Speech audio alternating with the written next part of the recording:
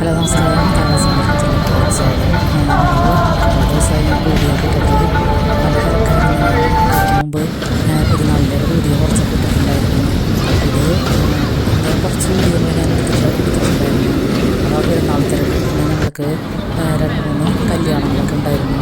അനിയത്തിൻ്റെ മോളുടെയും പിന്നെ അമ്മയുടെ കല്യാണങ്ങളും മനസ്സങ്ങളും വിരുന്ന് അങ്ങനത്തെയൊക്കെ ഭയങ്കര തിരക്കുള്ള പരിപാടികളായിരുന്നു. പിന്നെ പെരുന്നാളിൻ്റെ തിരക്ക് നൊവേനകൾ, അതുകൊണ്ടൊന്നും വീഡിയോ എനിക്ക് റെഗുലറായിട്ട് ഇടാൻ പറ്റിയിരുന്നില്ല, കുറച്ച് തിരക്കായിപ്പോയി.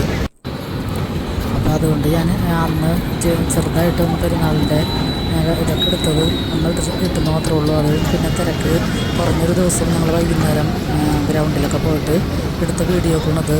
ഇതിപ്പോൾ അടിപൊളി കാഴ്ചകളാണ്. അപ്പോൾ എല്ലാവരും ഇങ്ങനെയൊക്കെ പള്ളികളിലും അമ്പലങ്ങളിലൊക്കെ കണ്ടിട്ടുണ്ടാവും. അപ്പോൾ നമ്മൾ വീഡിയോ എടുത്തപ്പോൾ ഒന്ന് കാണിച്ചത് മാത്രമേ ഉള്ളൂ.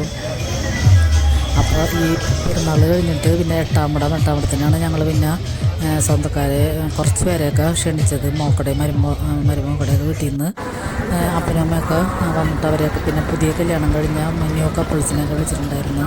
അപ്പോൾ അതിൻ്റെ തിരക്കും പരിപാടികളൊക്കെ ആയിരുന്നു. പിന്നെ അത് എട്ടാമ്പടം കഴിഞ്ഞതിന് ശേഷം പിന്നെ ചെറിയൊരു നീരൊഴിച്ചും കഫക്കെട്ടൊക്കെ വന്നിരുന്നു എല്ലാവർക്കും. അപ്പോൾ അതിൻ്റെ ചികിത്സയൊക്കെ കഴിഞ്ഞ് അങ്ങനെ ഇരിക്കുകയാണ്.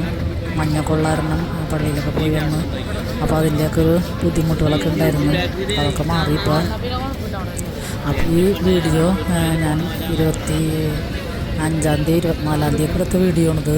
പിന്നെ 25-ാം തീയതി എടുത്ത വീഡിയോ ഞാനൊരു വട്ടയപ്പവും ഉണ്ണിയപ്പമൊക്കെ ഉണ്ടാക്കുന്ന വീഡിയോ കൂടി ഉണ്ട്. അപ്പോൾ എല്ലാവരും ഒന്ന് കണ്ട് സപ്പോർട്ട് ചെയ്യണേ. അപ്പോൾ ഇത്രയും ദിവസവും വീഡിയോ ഇടാത്തതിന് കാരണങ്ങളുണ്ടായിരുന്നു. തിരക്കും പിന്നെ ഹെൽത്ത് ഇഷ്യൂസൊക്കെ വന്നതുകൊണ്ടാണ് വീഡിയോ ഇടുന്നത്. അപ്പോൾ ഇനിയും എല്ലാവരുടെയും സപ്പോർട്ടൊക്കെ വേണം. അപ്പോൾ എല്ലാവരുടെയും വീഡിയോയ്ക്കും ഞാൻ വീഡിയോ ഒക്കെ കുറേ കാണാറുണ്ട്. മിക്കപ്പോഴും കമൻ്റ് ഇടാനൊന്നും പറ്റാറില്ല. അപ്പോൾ അത് എല്ലാവരും ഒന്ന് അഡ്ജസ്റ്റ് ചെയ്ത് ഈ വീഡിയോക്ക് പരമാവധി സപ്പോർട്ട് ചെയ്യണമെന്ന് എല്ലാവരോടും ഒന്ന് അഭ്യർത്ഥിക്കണം. അപ്പോൾ ഇത് പള്ളിയിലെ കാഴ്ചകളൊക്കെയാണ് കാണിക്കുന്നത്. തിരക്കില്ലാത്ത ദിവസം പോയിട്ട് ഞങ്ങളവിടുത്തെ സാധാരണ എല്ലായിടത്തുള്ള പോലെ കാർണിവലിൻ്റെ കാര്യങ്ങളൊക്കെ ഉണ്ടായിരുന്നു. അപ്പോൾ അതൊക്കെ വീഡിയോ എടുത്തതാണ്. അതൊന്നും എടുക്കേണ്ട ആവശ്യമില്ല. വിരുന്നാരും മോക്കടെ വീട്ടിൽ നിന്നും മോക്കടെ വീട്ടിൽ നിന്നൊക്കെ അവരൊക്കെ ഉണ്ടായിരുന്നു. അപ്പം വീഡിയോ ഒന്നും ഞാൻ എടുത്തില്ല. വീട്ടിൽ പിന്നെ നമ്മൾ ഭക്ഷണം കൊടുക്കുന്നതും എല്ലാ കാര്യങ്ങളും തിരക്കാണ്. അതുകൊണ്ട് അതൊന്നും എനിക്ക് വീഡിയോ എടുക്കാൻ പറ്റില്ല. പിന്നെ ഞാൻ വട്ടയപ്പം ചുട്ടതും പിന്നെ ഒരു ഉണ്ണിയപ്പം പ്രിപ്പയർ ചെയ്തതിൻ്റെയൊക്കെ വീഡിയോ ആണത്. ഓർഡറായിട്ടൊന്നുമല്ല എടുത്തേക്കണത്. അപ്പോൾ ഇങ്ങനെയാണ് ഞാനപ്പോൾ അരി വെള്ളത്തിലിട്ടിട്ട് 3 ഗ്ലാസ് അരി വെള്ളത്തിലിട്ട് ഒരു 3-4-5 മണിക്കൂറിന് ശേഷം അതിൽ തേങ്ങയും പിന്നെ തേങ്ങ വെള്ളം പഞ്ചസാര ഇട്ട് വെച്ചിട്ടുണ്ടായിരുന്നു. അപ്പോൾ അതാണ് ഞാൻ ഈസ്റ്റിനൊക്കെ പകരം ഉപയോഗിക്കുന്നത്. അത് ഞാൻ നേരത്തെ ഇതിൻ്റെയൊക്കെ വീഡിയോ ഇട്ടിട്ടുണ്ട്. അപ്പോൾ അത് തേങ്ങ പിന്നെ തേങ്ങ വെള്ളം, അരി, പഞ്ചസാര പിന്നെ കുറച്ച് ചോറ് കൂടി ഇട്ടിട്ടാണ് ഇത് അടിച്ച് വെക്കണത്. അപ്പോൾ അരി വെള്ളത്തിലിട്ടിട്ട് നന്നായിട്ട് കഴുകിയൊക്കെ എടുത്ത് വെച്ചതിന് ശേഷം തേങ്ങയൊക്കെ നമുക്ക് ആവശ്യമുള്ളത് ഇടാം. തേങ്ങയൊക്കെ എന്തോരം ഇടണമെന്ന് വെച്ചാൽ അതിന് ടേസ്റ്റ് കൂടും. അപ്പോൾ പഞ്ചസാരയും നമ്മുടെ മധുരത്തിനനുസരിച്ച് ഇട്ട് കൊടുക്കണം. എന്നിട്ട് തേങ്ങ വെള്ളവും കൂടി ഒഴിച്ചിട്ട് നന്നായിട്ട് അടിച്ച് പിന്നെ ഞാൻ കപ്പി കാച്ച എടുത്തിട്ടുണ്ട്. ഒരു 1/4 കപ്പ് അരിപ്പൊടി എടുത്തിട്ട് അതിൽ കുറച്ച് വെള്ളവും കൂടി ഒഴിച്ചിട്ട് കപ്പി കാച്ചിയും കൂടിയും അത് ചൂടാറിയതിന് ശേഷം അതും മിക്സിയിലടിച്ച് ഇതിലെ കൂടി ചേർത്തിട്ടുണ്ട്. അപ്പോഴാണ് നന്നായിട്ട് സോഫ്റ്റായിട്ടുള്ള വട്ടയപ്പം കിട്ടുള്ളൂ. വേണമെങ്കിൽ നമുക്ക് കപ്പി കാച്ചി ഒഴിച്ചാൽ മതി, അല്ലെങ്കിൽ ചോറോ അല്ലെങ്കിൽ അവലോ ചേർത്താൽ മതി. ഞാനിപ്പോൾ ഇതിൽ ചോറ് ചേർത്തിട്ടില്ല. അതിന് പകരമാണ് ഞാൻ കപ്പി കാച്ചി ചേർത്തത്. മിക്കപ്പോഴും ഞാൻ വെള്ളയപ്പമൊക്കെ ഉണ്ടാക്കുമ്പോൾ ചോറ് അല്ലെങ്കിൽ അവലൊക്കെ ചേർക്കാറുണ്ട്. അപ്പോൾ ഇന്ന് കപ്പി കാച്ചി ചേർക്കാമെന്ന് വിചാരിച്ചിട്ടാണ്. എന്നിട്ട് നന്നായിട്ട് കൈ കൊണ്ട് തന്നെ നന്നായിട്ട് മിക്സ് ചെയ്തതിന് ശേഷം ഞാനിപ്പോൾ ഇത് ഉച്ച സമയത്താണ് ഇത് മിക്സ് ചെയ്ത് വെക്കണത്. എന്നിട്ട് രാത്രിയാണ് ഞാൻ ഈ അപ്പം ചുടുന്നത്. അപ്പോൾ പിറ്റേ ദിവസം വിരുന്നാരൊക്കെ വരുമ്പോൾ കൊടുക്കാൻ പാകത്തിനാണ് ഞാൻ രാത്രിയാണ് പിന്നെ ഇത് ചുട്ടു വെച്ചത്. അപ്പോൾ രാത്രി ആയപ്പോഴത്തേനും നന്നായിട്ട് പൊന്തിയിട്ടുണ്ടായിരുന്നു.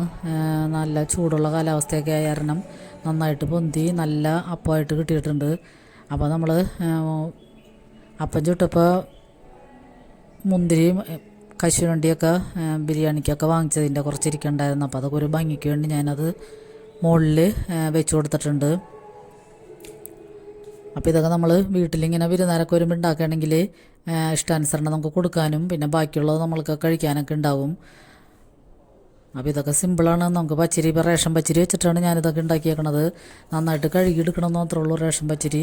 അപ്പോൾ ഇത് ഇഡ്ഡലി പാത്രത്തിൻ്റെ തട്ടിനൊരു ചെറിയ ചരിവുണ്ടായ കാരണം കുറച്ച് അപ്പം ചരിഞ്ഞു പോയിട്ടുണ്ട്. അപ്പോൾ ഒരു ഭാഗത്ത് ഇത്തിരി കട്ടി കൂടുതലാണ്. അപ്പോൾ ഞാനിപ്പോൾ ഇത് രാത്രിയാണ് ഇത് കാണിക്കണത്. പിന്നെ പിറ്റേ ദിവസമാണ് ഞാനിത് മുറിച്ച് പാത്രത്തിലാക്കണത്. അപ്പോൾ ഒരു കട്ടി കൂടിയ വശവും കൂടി ഉണ്ട്. അപ്പോൾ അതൊക്കെ കട്ട് ചെയ്തിട്ട് കഴിഞ്ഞാലും കുഴപ്പമുണ്ടാവില്ല. പിന്നെ നല്ല സോഫ്റ്റായിട്ടുള്ള നല്ല അപ്പം കിട്ടി. നല്ല മധുരമൊക്കെ ഇട്ടേക്കണ കാരണം നല്ല ടേസ്റ്റ് ഉണ്ടായിരുന്നു. എല്ലാവർക്കും വന്നവർക്കൊക്കെ കഴിച്ചവർക്കൊക്കെ ഇഷ്ടമായി. അപ്പോൾ നമ്മളിങ്ങനെ പെരുന്നാളിനോ അല്ലെങ്കിൽ ഈസ്റ്ററിനൊക്കെ ആണല്ലോ ഇങ്ങനെ അപ്പമൊക്കെ ചുടുള്ളൂ. അപ്പോൾ മക്കളൊക്കെ ഉണ്ടായ ഇവിടെ നാട്ടിലുള്ള സമയത്തൊക്കെ ഞാൻ ഇടയ്ക്ക് ഇങ്ങനെ ഉണ്ടാക്കി കൊടുക്കും. അപ്പോൾ ഇത് മധുരം ഇത്തിരി കുറയ്ക്കുകയാണെങ്കിൽ നമുക്ക് ചിക്കൻ കറിയൊക്കെ കൂട്ടി കഴിക്കാൻ നല്ല അടിപൊളിയാണ്. മധുരം ഇട്ട് ചുടുമ്പോൾ നമുക്ക് വെറുതെ ഇങ്ങനെ കഴിക്കാനാണ് ടേസ്റ്റ്. ചിക്കൻ കറിയോ ബീഫ് കറിയോ അല്ലെങ്കിൽ സ്റ്റൂവൊക്കെ കൂട്ടി കഴിക്കാനും നല്ല അടിപൊളിയാണ് ഈ അപ്പം. റേഷൻ പച്ചരിയൊക്കെ ഉള്ളപ്പോൾ നമുക്ക് ഇങ്ങനെ തേങ്ങയും കൂടി കൂട്ടിയൊക്കെ ഉണ്ടാക്കിയെടുത്താൽ നല്ല സൂപ്പറായിട്ട് കഴിക്കാൻ പറ്റും. നല്ല സോഫ്റ്റാണ്. അതേ കണ്ട നല്ല സോഫ്റ്റായിട്ടുള്ള നല്ല അപ്പമാണ്. മുറിച്ച് ഞാൻ ഇതിലൊക്കെ ഇടുന്ന പിന്നെ ഞാൻ മുറിച്ചത് ഒരു പാത്രത്തിലാക്കി വെച്ച് പിന്നെ അവർ ഗസ്റ്റൊക്കെ വരുമ്പോൾ വേറെ പ്ലേറ്റിലാക്കി കൊടുത്താൽ മതിയല്ലോ എന്ന് വിചാരിച്ചിട്ട് വേറൊരു പാത്രത്തിലാക്കി അടച്ചു വയ്ക്കുകയാണ്. അപ്പോൾ അതിൻ്റെ പണി നമുക്കങ്ങനെ കഴിഞ്ഞു കിട്ടി. പിന്നെ നമ്മൾ ഉണ്ണിയപ്പത്തിൻ്റെ മിക്സിങ്ങാണ്. അതൊന്നും ഞാൻ ഡീറ്റെയിൽ ആയിട്ട് എടുത്തിട്ടില്ല.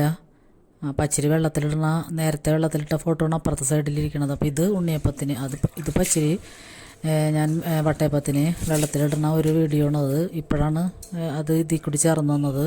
പിന്നെ ഇത് ഉണ്ണിയപ്പത്തിന് ഞാനൊരു 300 ഗ്രാം റവ, 300 ഗ്രാം മൈദ, പിന്നെ 1/2 കിലോ ശർക്കര, പിന്നെ 2-3 ചെറിയ ചെറുപഴം, പിന്നെ കുറച്ച് നെയ്യിൽ തേങ്ങ കുറച്ചെടുത്തിട്ട് അത് നെയ്യിൽ വറുത്തിട്ടിട്ടുണ്ട്. തേങ്ങ കൊത്തല്ല, ചെറിയ തേങ്ങയാണ് ഞാൻ ഇട്ട് കൊടുത്തേക്കണത്. പിന്നെ കുറച്ച് ജീരകവും ഏലക്കായയും കൂടി നന്നായിട്ട് പൊടിച്ച് അതും കൂടി ചേർത്താണ് ഞാൻ വെച്ചേക്കണത്. ഈ ഉണ്ണിയപ്പത്തിൽ ഞാൻ ഈസ്റ്റും ഒന്നും ചേർക്കാറില്ല, പഴമാണ് ചേർത്തേക്കണത്. അപ്പോൾ പഴം ചേർക്കുമ്പോൾ തന്നെ നല്ല സോഫ്റ്റായിട്ട് നന്നായിട്ട് പൊന്തി കിട്ടും. അപ്പോൾ അത് ഉണ്ണിയപ്പം ഞാൻ രാവിലെ എടുത്ത് വെച്ചിട്ട് രാവിലെ മിക്സ് ചെയ്ത് വെച്ചതിന് ശേഷം ഉച്ചക്കാണ് അത് ചുടണത്. അതിന് ശേഷമാണ് ഞാൻ അരി വെള്ളത്തിലിട്ടിട്ട് രാത്രി അപ്പം ചുട്ടിടുന്നത്. അപ്പോൾ ഇത് മിക്സ് ചെയ്ത് വെച്ചതിന് ശേഷം പിന്നെ ജീരകവും ഏലക്കായും നന്നായിട്ട് പൊടിച്ച് അതും കൂടി ചേർത്ത് കൊടുക്കുക. അപ്പം നെയ്യിൽ തേങ്ങയൊക്കെ വറുത്തിട്ടേക്കണായിരുന്നു തന്നെ നല്ല അടിപൊളി ടേസ്റ്റായിരുന്നു ഇതിന്. നെയ്യ് ചേർക്കുമ്പോൾ തന്നെ ഒരു പ്രത്യേക ടേസ്റ്റാണല്ലോ. പിന്നെ ആവശ്യത്തിന് മധുരവും ഉണ്ടായിരുന്നു. 1/2 കിലോ ശർക്കര മധുരം മുന്നിട്ട് നിൽക്കണമായിരുന്നു. പക്ഷേ നല്ല ടേസ്റ്റായിരുന്നു. എല്ലാവർക്കും വന്നവർക്കൊക്കെ നല്ല ഇഷ്ടമായി. അപ്പോൾ ഇതിപ്പോൾ ഇത്തിരി സോഫ്റ്റ്നെസ് കൂടുതലാണ്. അപ്പോൾ അതുകൊണ്ട് ഞാൻ കുറച്ച് ഒരു 1/4 ഗ്ലാസ് അരിപ്പൊടിയും കൂടിയും പിന്നെ ചുട്ടപ്പോൾ 1/4 ഗ്ലാസ് അരിപ്പൊടിയും കൂടി ചേർത്ത്, എന്താണെന്ന് വെച്ചാൽ എണ്ണ കുടിക്കാതിരിക്കാൻ വേണ്ടി. എണ്ണ ഒട്ടും കുടിക്കണ്ടായില്ല. കുറച്ച് ഇപ്പോൾ നോൺ സ്റ്റിക്കിൻ്റെ പാൻ കാരണം നമുക്ക് കുറേശ്ശെ ഓയിലാണ് ഞാൻ ഒഴിച്ചു കൊടുത്തേക്കുന്നത്.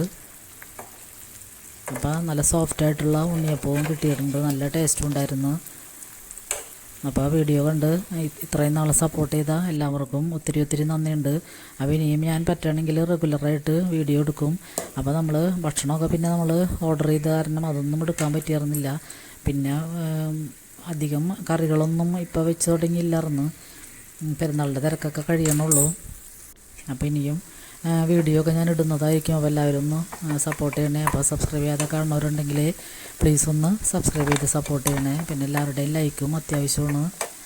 അപ്പോൾ ഇനിയും നമുക്ക് പഴയ പോലെ തന്നെ എല്ലാവരും എല്ലാവരും സപ്പോർട്ട് ചെയ്ത് മുന്നോട്ട് പോകാം.